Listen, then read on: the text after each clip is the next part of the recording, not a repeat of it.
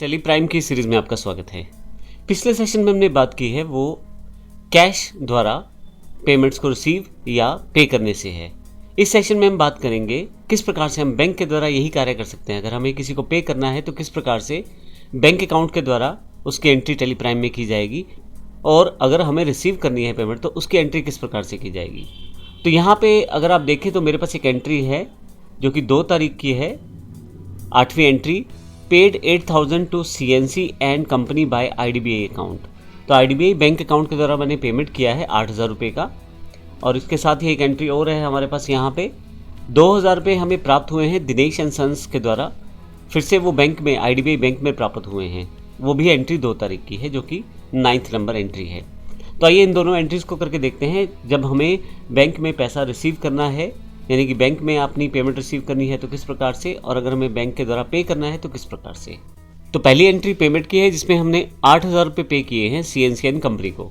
तो मेरे पास gateway of tally open है, यहाँ से वाउचर्स पे मैं आ जाऊँगा, और क्योंकि मुझे पेमेंट करना है तो इसके लिए मुझे अलग टाइप का वाउचर सेलेक्ट करना पड़ेगा जो कि पेमेंट वाउचर है। इसका शॉर्टकट की F5 है। जैसे ही मैं पेमेंट को क्लिक करूँगा मेरे पास पेमेंट की काउंटिंग वाउचर क्रिएशन स्क्रीन मेरे पास अवेलेबल हो जाएगी। अब यहाँ पे अगर आप देखें तो पेमेंट का नंबर है, यानी कि पेमेंट का वाउचर नंबर 1 है, डेट 1 अप्रैल है, जबकि मुझे डेट 2 करनी है। तो मैं F2 प्रेस कर देता हूँ, यहाँ पे अपने आप 2 आ जाएगी। मैं एंटर कर देता हूँ फिर से। मैंने 8,000 रुपये पे किए हैं CNC एंड कंपनी को। तो मुझे किस अकाउंट से पे करने हैं उसकी जानकारी मुझे इस अकाउंट ऑप्शन में देना है। तो IDBI बैंक है, मैं I प्रेस करूँगा तो मेरे पास अपने आप IDBI बैंक यानी कि मेरे पास लेज़र आ जाएगी। अगर आप यहाँ कुछ भी टाइप नहीं करेंगे तो फिर आपके पास किन अकाउंट से पेमेंट हो सकता है उन सबका लेज़र अकाउंट्स आपके पास अवेलेबल हो जाएगा। तो अभी मुझे IDBI अकाउंट से पे करना है तो IDBI सेलेक्ट कर लेता हूँ। पर्टिकुलर में किस कंपनी को मुझे पे करना है, मुझे CNC एंड कंपनी को पे करना है। तो C टाइप करता हूँ तो CNC कंपनी अम्बाला आ जाएगी, यानी कि पार्टी का नाम आ जाएगा। किस अमाउंट को मुझे पे करना है, यहाँ मुझे 8,000 रुपये पे करना है, तो मैं यहाँ 8,000 रुपये टाइप कर दूंगा। अब देखिएगा IDBI बैंक का जो करंट बैलेंस 22,000 रुपये है डेबिट में, और CNC का 14,500 रुपये है क्रेडिट में। जैसे ही मैं एंटर करूँगा तो बैलेंसेस इफेक्टेड हो जाएंगे। 22 से वो 14 रह गया है, और यहाँ पे 6.5 जो बैलेंस रह गया है। अगर आप खाली स्पेस पे एंटर करेंगे एक बार तो उसके पश्चात आपके पास नीचे टोटल अमाउंट में आपका कर्सर आ जाएगा। तो यहाँ पे मेरे पास टोटल अमाउंट सेलेक्टेड है 8,000 रुपये। क्योंकि हमने यहाँ बैंक द्वारा पे किया है तो बड़ी नॉर्मल सी बात है कि हमने कोई ना कोई चेक इशू किया होगा। जैसे आप यहाँ एंटर करेंगे तो अब चेक की इन्फॉर्मेशन आपको देनी है। ट्रांजैक्शन टाइप चेक है, मैं डिफ़ॉल्ट रहने देता हूँ। 8,000 रुपये का चेक पे किया है, और चेक रेंज यानी कि केवल एक ही चेक से दिया है तो यहाँ चेक रेंज एप्लीकेबल नहीं है। इंस्ट्रूमेंट नंबर यानी कि चेक नंबर क्या है वो मैं डाल देता हूँ यहाँ पे। तो IDBI का 001 जो भी नंबर है, मैंने जैसे एग्जांपल के लिए नंबर डाला है। और फाइनली इंस्ट्रूमेंट डेट यानी कि जिस डेट को आपने चेक इशू किया है। और फाइनली फिर आपके पास नरेशन है, आप नरेशन दे यहाँ पे। मैं यहाँ नरेशन टाइप कर देता हूँ, एंटर करें। एंट्री एक्सेप्ट करते ही आपके पास ये एंटर हो जाएगा। तो इस तरह से हम अगर किसी को पे करते हैं बैंक द्वारा तो उसकी एंट्री बड़ी आसानी से कर सकते हैं। इसी सेशन में हम देखेंगे कि अगर हम किसी से पेमेंट रिसीव करते हैं बैंक के द्वारा तो उसकी एंट्री क्या होती है। अगली जो एंट्री हमारे पास है 2,000 रुपये दिनेश एंड सन्स से हमें प्राप्त हुए हैं हमारे बैंक में। तो आइए देखते हैं इसकी एंट्री को किस प्रकार से करेंगे। तो दिनेश एंड सन्स के द्वारा 2,000 रुपये हमें बैंक में प्राप्त हुए हैं, तो ये हमारा रिसीप्ट है। तो हमें रिसीप्ट की एंट्री करनी है। इसके लिए F6 प्रेस करें या रिसीप्ट बटन पे क्लिक करें। जैसे आप रिसीप्ट बटन पे क्लिक करेंगे तो आपके पास accounting voucher creation screen available हो जाएगी रिसीप्ट की। तो यहाँ पे देखें तो रिसीप्ट का वाउचर नंबर दिया हुआ है, और इसके साथ यहाँ पे डेट दी हुई है। आप चाहें तो इसे चेंज कर सकते हैं डेट को।